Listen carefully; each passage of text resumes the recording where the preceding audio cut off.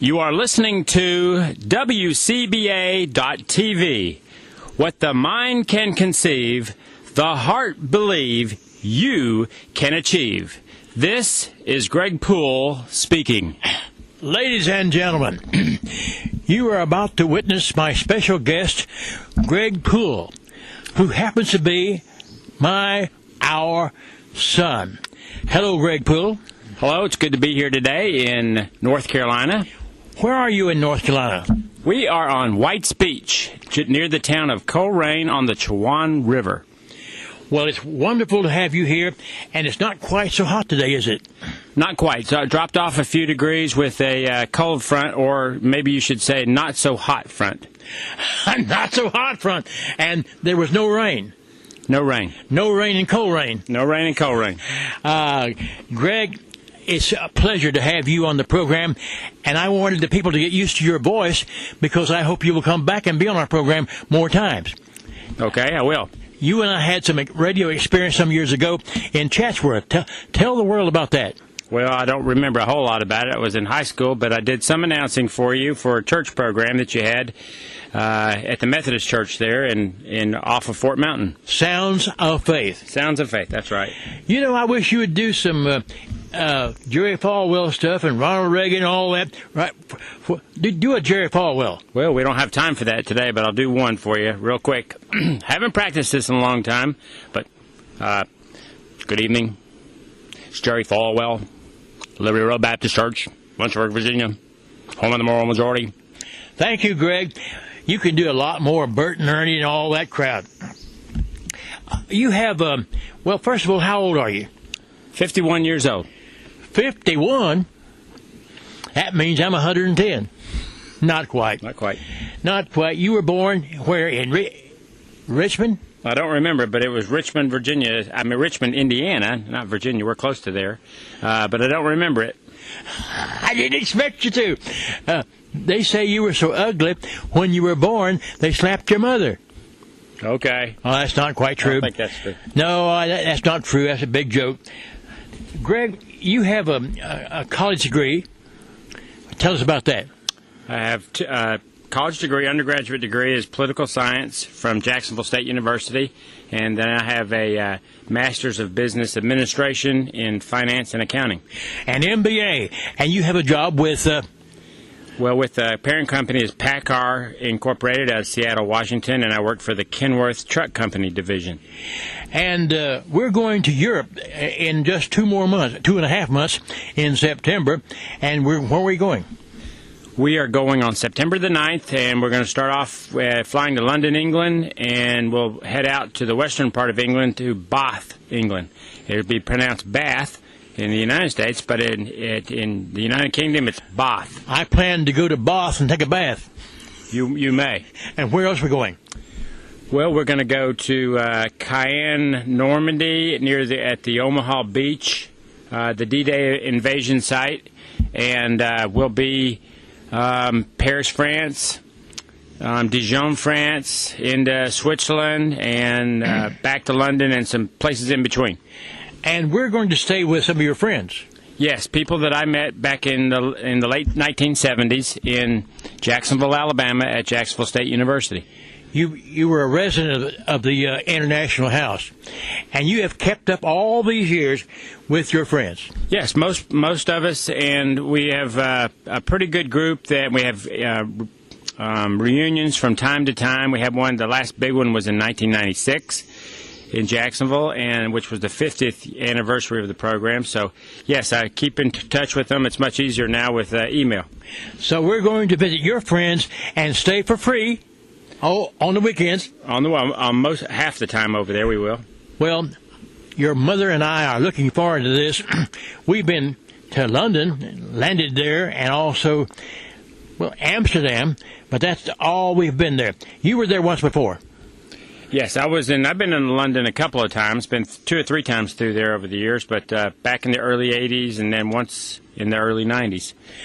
Greg, tell the folks, how did you earn your MBA degree? Hard work. Work? Where'd you learn to work? Study. I learned it growing up. Growing up? You mean in the Poole family? Right. I learned not to let your dad pick you out a job for the summer because I got to work at Sluter Lumber Mill one summer, and that was probably the hardest job I ever had, but it was a good training job. Well, you waited on tables, and I think you raked leaves and cut grass, just about anything. Right. To get your degree. You see, we are conservatives, right?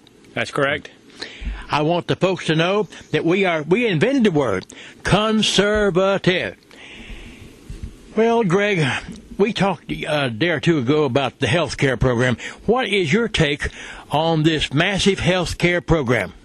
Well, a few weeks ago I told you and Joe McCutcheon in LJ, Georgia, that I felt like it was a positive thing for the country because positive because it opened the eyes, I think, of many, many Americans that people in Washington, our leaders, were totally out of touch with what the average American was wanting, and to a large degree, not even listening to them in compromising the bill towards what might have worked.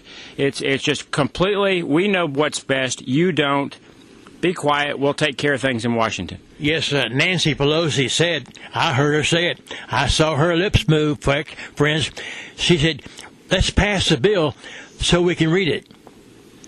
Yeah, that's correct. Can you believe that? And they slipped also the student loan program under the federal government in that, and not one vote was cast for that. That was slipped in, and most of this was behind closed doors and at night. And that's what I think. That alone made the bill wrong. Well, my take was it was the worst thing ever happened. But you said it was the best thing because it made folks mad. It made them mad. It made them really wake up, I think. A lot of people that just really opened their eyes to see what's going on, that really a change needed to be made, and needed to be made right away. And Greg, do you think we're going to make a change? Absolutely. I think this November is going to be a crucial time. I think people that were not working hard for good long-term causes in this country and conservative causes are getting back to work now. Now, regarding the oil spill down in the Gulf of Mexico, you told me you arrived in New Orleans before the president.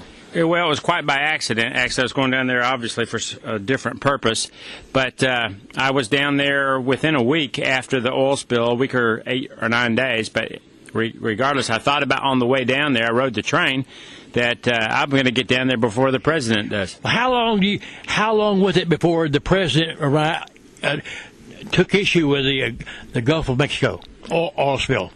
I don't know what it was. Weeks. I don't know how many days exactly, but really it was several weeks or longer. It was 6 weeks, as I recall, or 42 days.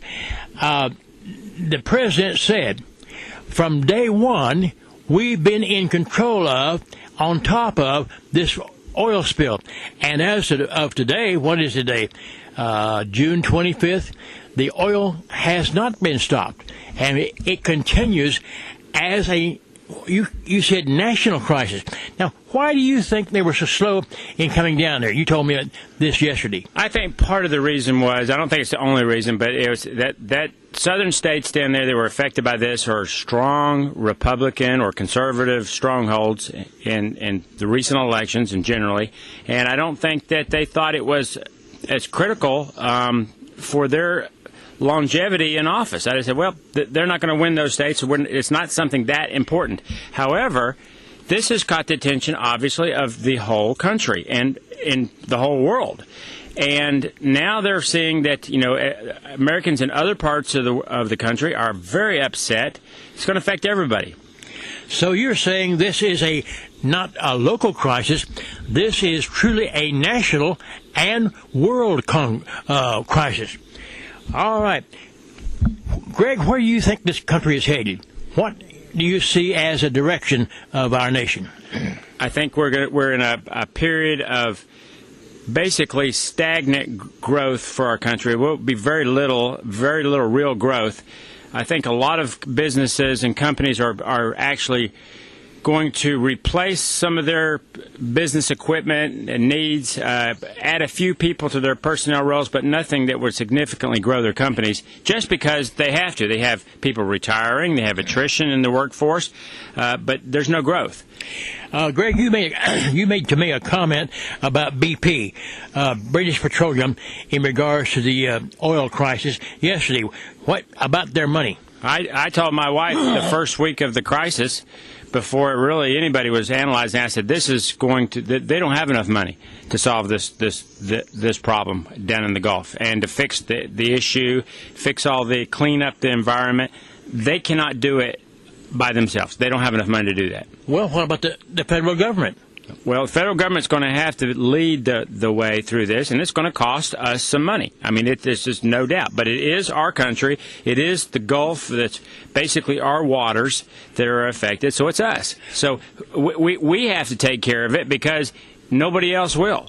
What about the banning, the president's ban on the oil drilling in the entire Gulf? Well, just sitting here thinking about this, how ironic it is that we're at the same time putting people out of work in Louisiana, where just 5 years ago we were throwing billions of dollars from Washington trying to give people jobs in Louisiana. Now we're taking jobs away from them in Louisiana because it doesn't fit something in Washington. So they give, they take. They give, they take.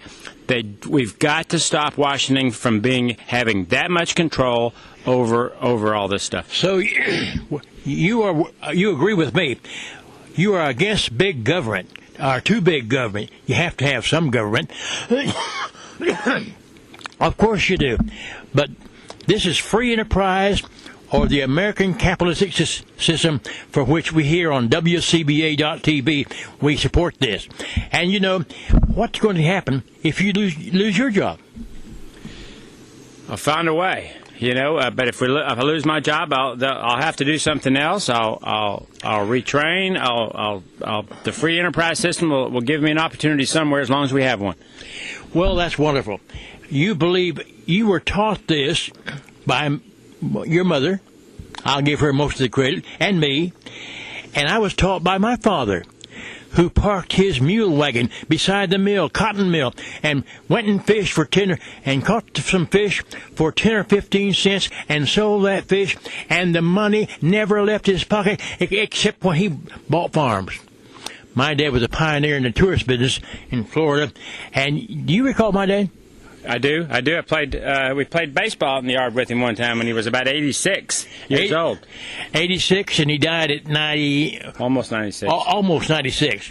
He was 85, and I'll tell you one more quick story about learning, from my parents, and from you particularly in this story.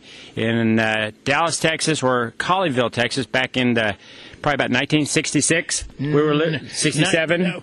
No, 64.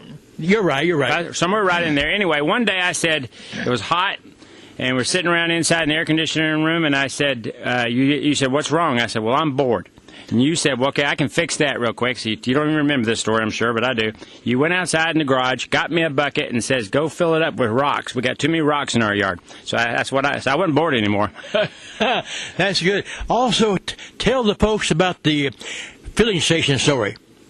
Oh, in high school, when I was not applying myself at all in school and stuff, got called into your bedroom with the door shut, and I thought, this is the worst that's going to happen to me, and it's going to be bodily harm. And instead, I got some reverse psychology placed on me that day, and basically said, well, you're obviously not going to be college material or something for a higher level, so I know the guy down at the local Union 76 filling station, as I remember it was, and we'll look to get you a job there when you finish high school. It made me mad because I said, well, I'll show him, I can do it. And I think I finished out my last 2 years as an honor student, basically. Now, you have accused me of using reverse psychology, and I guess I was, but honestly, I did not know that.